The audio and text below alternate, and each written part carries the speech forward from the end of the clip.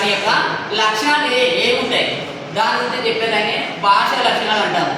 మొట్టమొదటి దాని భాష లక్షణాలను నిర్మాణ ద్వైవిధ్యం. నిర్మాణ ద్వైవిధ్యం అంటే రెండు రకాలు.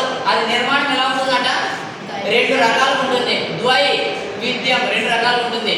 అవి భాషలోని ధ్వనులు పదాలుగా ఏర్పడతాయి. కొన్ని ధ్వనులలో ఏం చేస్తాయి, కొన్ని పదాలు ఏర్పడతాయి. కొన్ని పదాలు కలిసి వాక్యాలు ఏర్పడతాయి. కొన్ని ధ్వనులు వచ్చేసి పదాలు ఏర్పడతాయి, వర్డ్స్. తర్వాత ఏమైతే కొన్ని వర్డ్స్ కలిసి ఏమైతే సెంటెన్స్గా ఏర్పడతాయి. కానీ పదాలు ఏర్పడడం, కొన్ని పదాలు కలిసి వాక్యంగా ఏర్పడడం అనే రెండు నిర్మాణ పద్ధతులు ఉంటాయి ఇందులోన. దాన్ని ఏమంటాం మనం, నిర్మాణ ద్వైవిధ్యం. ఇంకొకటి ఏమంటే అందులోనే వర్ణాత్మక వ్యవస్థ. అంటే వర్ణం అంటే ఏమి, వర్ణాలు అంటాం, వర్ణమాల అంటాం. మనం అక్షరాలు ఏమంటాం, మనం వర్ణమాల అంటాము. అందులో మొదటిది మేము వర్ణాత్మక వ్యవస్థ, ఇంకొకటి వ్యాకరణ వ్యవస్థ. అవి రెండింటిని ఏమంటాం మనం, నిర్మాణ ద్వైవిధ్యం అంటాం. అనే రెండు ఉండేదాన్ని ఏమంటాం మనం, నిర్మాణ ద్వైవిధ్యం అంటారు. అదే మొదటి లక్షణం. భాష యొక్క లక్షణం ఏముండాలి, కొన్ని ధ్వనులు కలిసి పదాలు ఏర్పడడము, కొన్ని పదాలు కలిసి వాక్యంగా ఏర్పడాలి. అది నిర్మాణ ద్వైవిధ్యం. నెక్స్ట్ ఉత్పాదన శక్తి. ఉత్పాదన అంటే డెవలప్ అంటే మన భాష ఎలాంటి ప్రశ్న ఉంటుంది, పదాలతో కొన్ని ఏర్పడే వాక్యాన్ని ఏమంటాము, మానవుడు ఒక్కోసారి ప్రయత్నపూర్వకంగా అంటే ప్రయత్నం చేస్తాడు, పలకాలని ప్రయత్నంగా చేస్తాడు. అంటే మీకు ఒక్కోసారి ప్రయత్నపూర్వకంగా, ఒక్కోసారి ఎలా జరుగుతుంది అప్రయత్నంగానే ఏమాత్రం కూడా నేను ఉన్నట్టు వచ్చేసే కొన్ని పదాలు. ఒక్కోసారి ఏమైతే పదాలు ఉన్నట్టు వచ్చేస్తాయి. అంటే అట్లా చేసేదాన్ని ఏమంటాం మనం భాష ఉత్పాదన శక్తి అంటాం. కానీ ఏమంటాం మనం, ఉత్పాదన శక్తి. ఉత్పాదన అంటే డెవలప్ అవుతుంది. పదాలతో ఏర్పడే వాక్యాన్ని మానవుడు ఒక్కోసారి ప్రయత్నపూర్వకంగా అంటే ఖచ్చితంగా మాట్లాడాలి ఒకటి.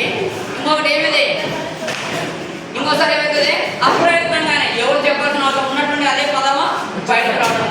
అటువంటి దాన్ని ఏమంటాము ఉత్పాదన శక్తి.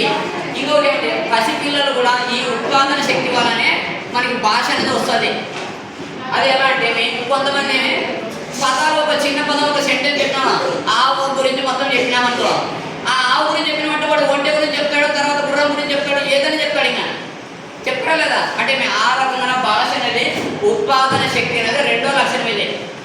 నెక్స్ట్ థర్డ్ది శబ్దార్థ సంబంధ శక్తి. శబ్దము అర్థానికి సంబంధము శక్తి ఉంటుంది.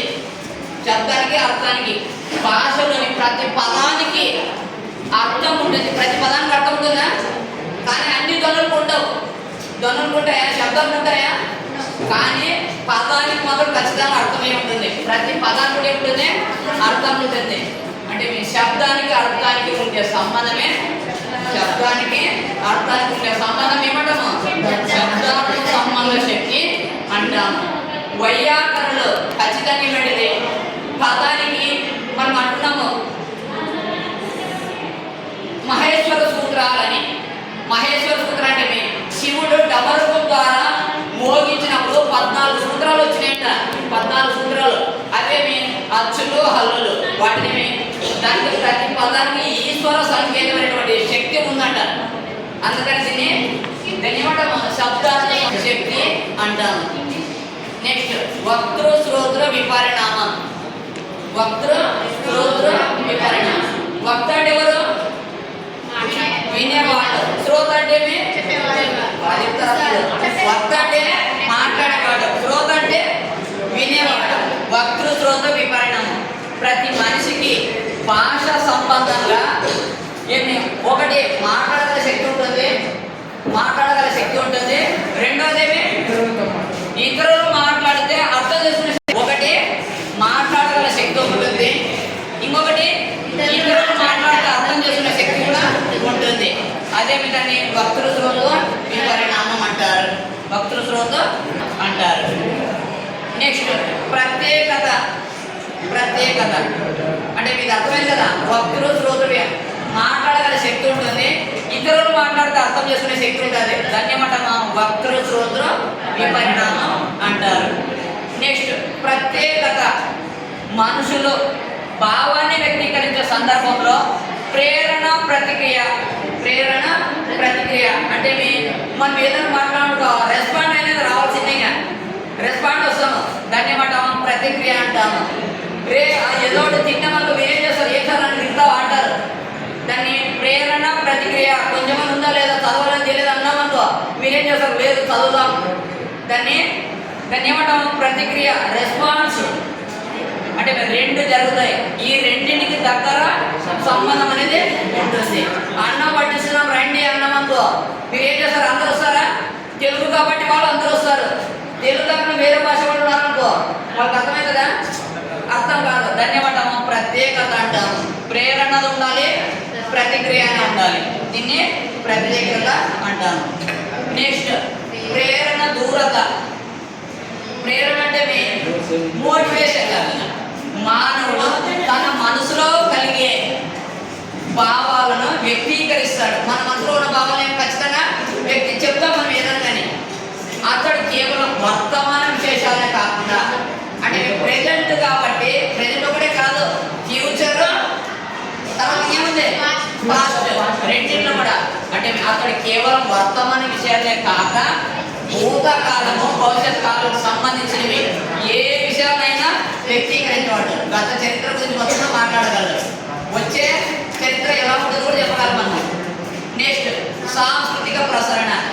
సాంస్కృతిక ప్రసరణ మనిషి సంగతి మేనేజ్ సోషల్ అనిమల్ అంటారు. ఖచ్చితంగా సమాజంలో ఉండాల్సిందే, మనం సమాజంలో ఉండాల్సిందే. ఎవరన్నారు?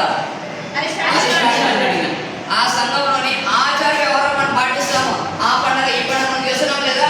ఎందుకంటే మనం అందరం కలిసికట్టుగా ఉండాలని మనం ఏం చేస్తాము, సంఘంలో కొన్ని కట్టుబాటు కొన్ని కార్యక్రమాలు చేస్తుంటాము. ఆ సంఘంలోని ఆచార వ్యవహారాలను సాంప్రదాయాలని పూర్వకాలం నుంచి ఎప్పుడో చేసింటారు, మనం ఏం చేస్తాం ఈనాటికి ఫాలో అవుతున్నాం కదా. పూర్వకాలం నుంచి స్వీకరించి ఆచరిస్తాడు. అలాగే భాషను కూడా స్వీకరించి మాట్లాడతాడు. ఎప్పుడో మాట్లాడడం, ఇప్పుడు మనం మాట్లాడడం లేదు, అలాగే మనం ఏమే కొనసాగిస్తున్నాం. దీని ద్వారా భాషను కూడా తర్వాత తరానికి అందిస్తారు. ఇవి భాష యొక్క లక్షణాలు. ఎన్నున్నాయి? 7 ఉన్నాయి.